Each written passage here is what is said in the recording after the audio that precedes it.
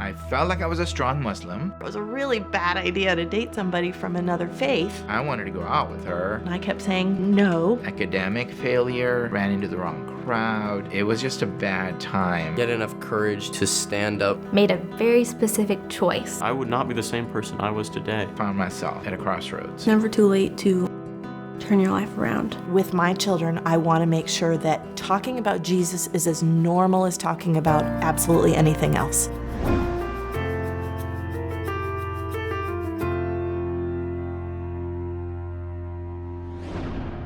There are no mild-mannered people in this family. Very uniquely talented, fiercely loyal. Everybody's got their very own, very distinct personality. Very independent, very strong people. We all are firecrackers and we know what we think and why. Molly is your classic first child. Classic first child. I'm the oldest of 4. I have 3 younger siblings. She's super talented. She's really smart. Always been a natural leader. Deeply empathetic. Always ready to listen, which I really appreciate. I've always kind of looked up to her. And I've always respected her ability to understand both sides of the situation. And I think that's something Molly got from my father. Loves sharpened pencils and notebooks and checklists. Then we have Noah, my wild child. He was my kid that wanted to know where the line was so he could cross it. Very independent. He's always had strong ideas about the world and I've learned a lot from that. Really, really creative. Exceptionally bright. He's always been super real, honest. Very gifted in so many ways. I'd probably say I'm the closest to him. We're really alike. He is probably more adventurous than all the rest of us put together. He's always been the one that I've looked up to the most just because he gets me. She's really my person who I share what I'm feeling with first. Emma's 19. Emma was just a ray of sunshine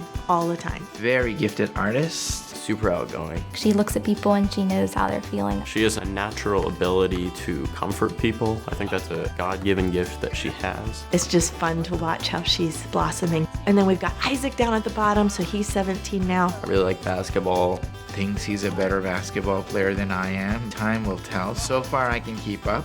I've always gone along with all my siblings. Isaac is my partner in crime. He's always been super funny. His name means laughter, and he has really lived up to his name. He loves video games, fishing, and anything outside. He's very cautious, but once he tries something, he's in.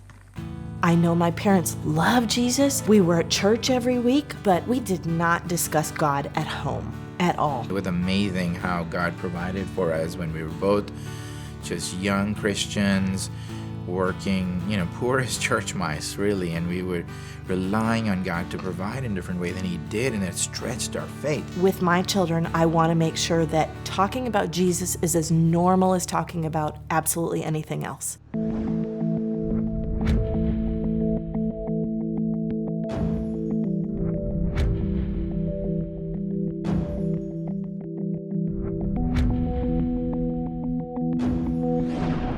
For a lot of my friends in school, Christianity is something that they grew up with. It's very cultural, and so they're Christians because they never imagined being anything else.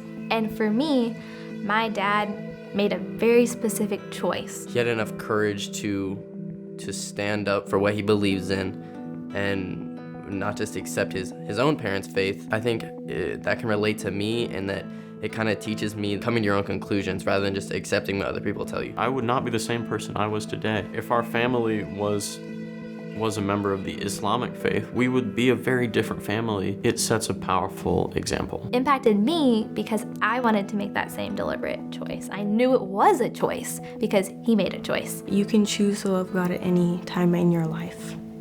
And he chose that, obviously, when he was older. And it kind of shows that it's never too late to turn your life around.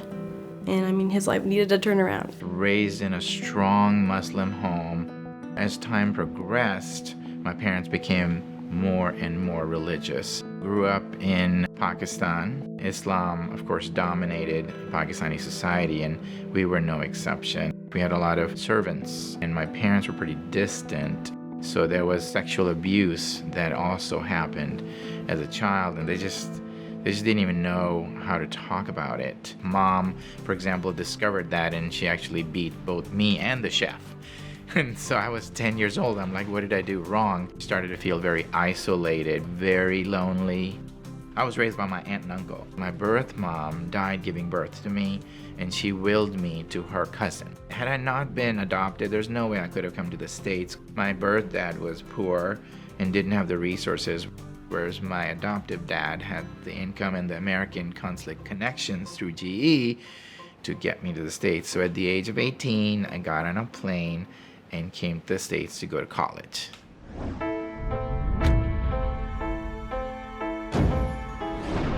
I felt like I was a strong Muslim. I'd been praying 5 times a day and sort of trying to cling to the 5 pillars that I had been raised with. I didn't realize until I got here that my dad traded his entire life's pension for 1 year's tuition. I didn't realize we weren't as rich as we looked. After this couple of semesters, you're on your own. I ended up getting a job at a local McDonald's, which was a culture shock. There's a lot of pressure.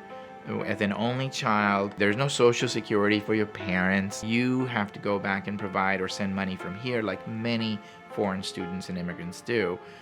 And in the midst of that, you had never been raised with any discipline. It was just too much pressure, too many things going on. I got fired from my job, academic failure. The American college lifestyle was in full swing, and so I had a hard time with that. I ran into the wrong crowd. It was just a bad time and a low point in my life. It was a combination of failures that led to that desperation point, ultimately in a hospital with a slashed wrist, trying to just end it all.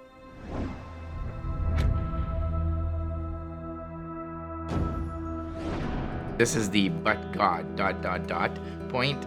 I was home for a summer and they said, you'll need to get a job. Change colleges, I could leave the university and start fresh. I get a job at another McDonald's. I got to working at the McDonald's. One of the swing managers that was on duty was my now husband. Judy truly was the first believer that I met, and she was very different. She was the hardest worker I knew. She always had a smile and a joy about her. I thought he was witty and funny and just different. I want to get to know her better. Like, why is she this way? Grew up in a family that attended church, very faithful, hands-on servant people. She would attribute her joy and her behavior to Jesus. Well, I know Jesus, Jesus is a very important prophet. There's no such thing as becoming or being a born-again Muslim. You're just born in a family, you're automatically one. I thought I knew Christianity. Well, everybody in America is a Christian.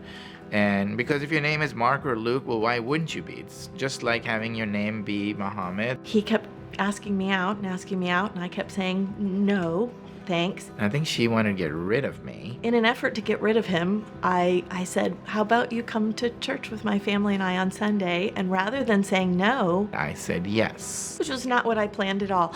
So he ended up coming to church with us, and he got to start hearing the gospel for the first time. All my stereotypes were starting to kind of getting destroyed there, and I was very drawn to the teaching and the singing and the love concept of a young person having a relationship with God. That was unheard of for me. I thought she was just like one of those happy people. And then I met her family, and they had the same problem. He did keep saying, wouldn't you like to talk about this somewhere else? So he ended up sort of starting to show up at my house right around dinner time. And then my mother would ask him to stay, and he'd be like, oh, okay. And just having adults that took an interest in him was amazing, and not something he's culturally used to. And so for people to say, Ollie, tell us about your day. He had no frame of reference. So it was just starting to blow all of his paradigms. I thought we were dating, but she didn't think we were dating. I would say it was not dates at all, because it just ended up being mostly us talking on my front yard, because I knew as a believer it was a really bad idea to date somebody from another faith. Judy gave me a birthday gift. I got my first Bible. We would talk about what happened in church. He'd think things through, and then he'd come back, he'd say, well, my mother says, whatever it is. And I was like, well, what do you think about that? And he was like, I don't know. It's the words of Christ. It's the life being lived out by Judy and her family. It's a teaching that I'm hearing from the pulpit. It all started to kind of come together. It was starting to really challenge me and mess with my head, because basically that is not who I thought he was. Yes, he was a prophet and respected, but this man whose words I was hearing, it was a lot more than a prophet. And so I kind of found myself at a crossroads.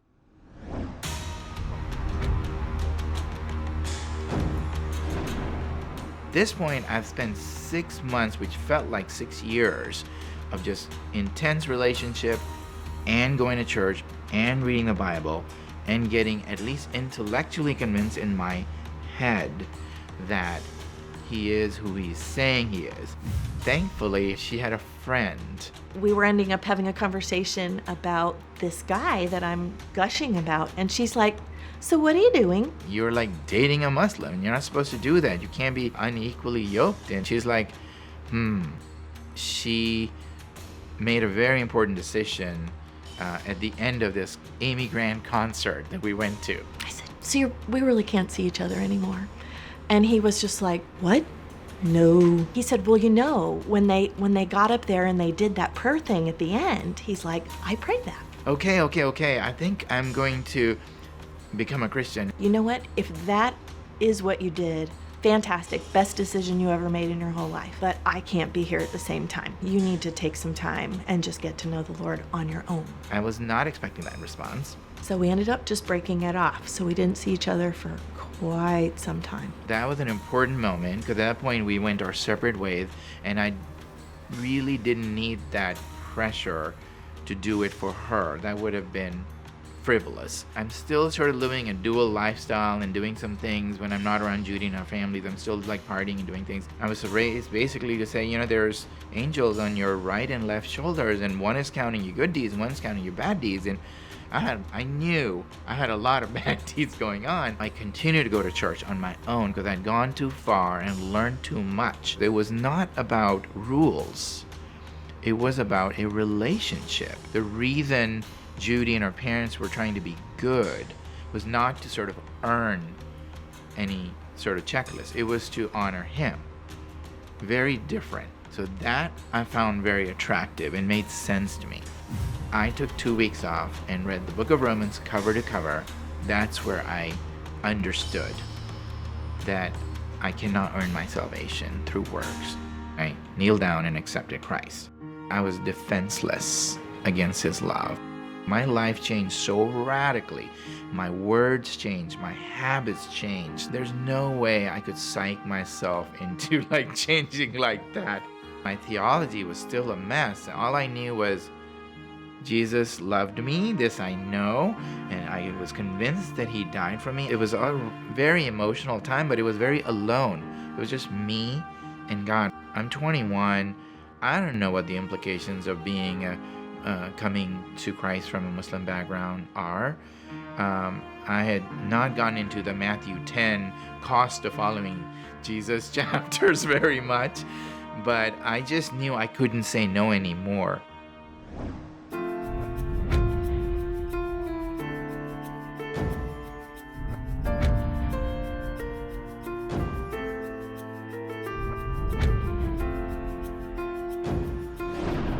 I'd gone back to my college and I was heavily involved with InterVarsity Christian Fellowship.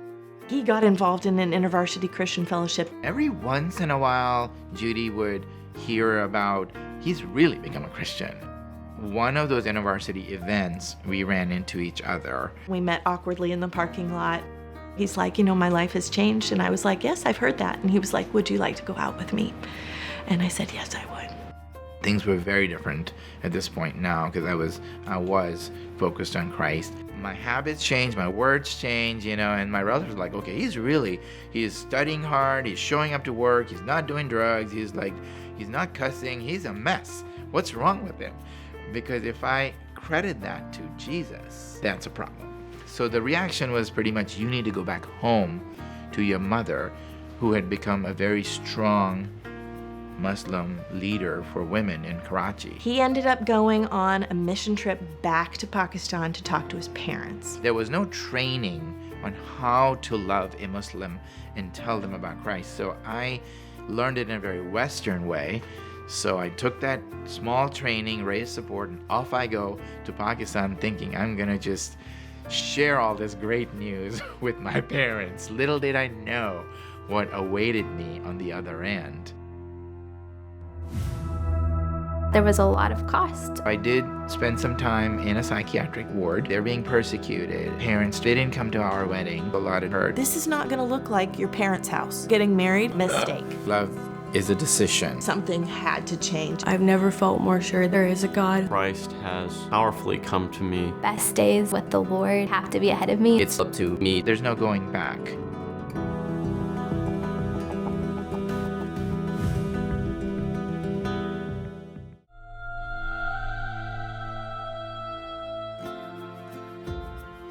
God is love, and love comes from God. In 1 John, the Bible tells us that God is not only all-loving, but that He actually is love itself.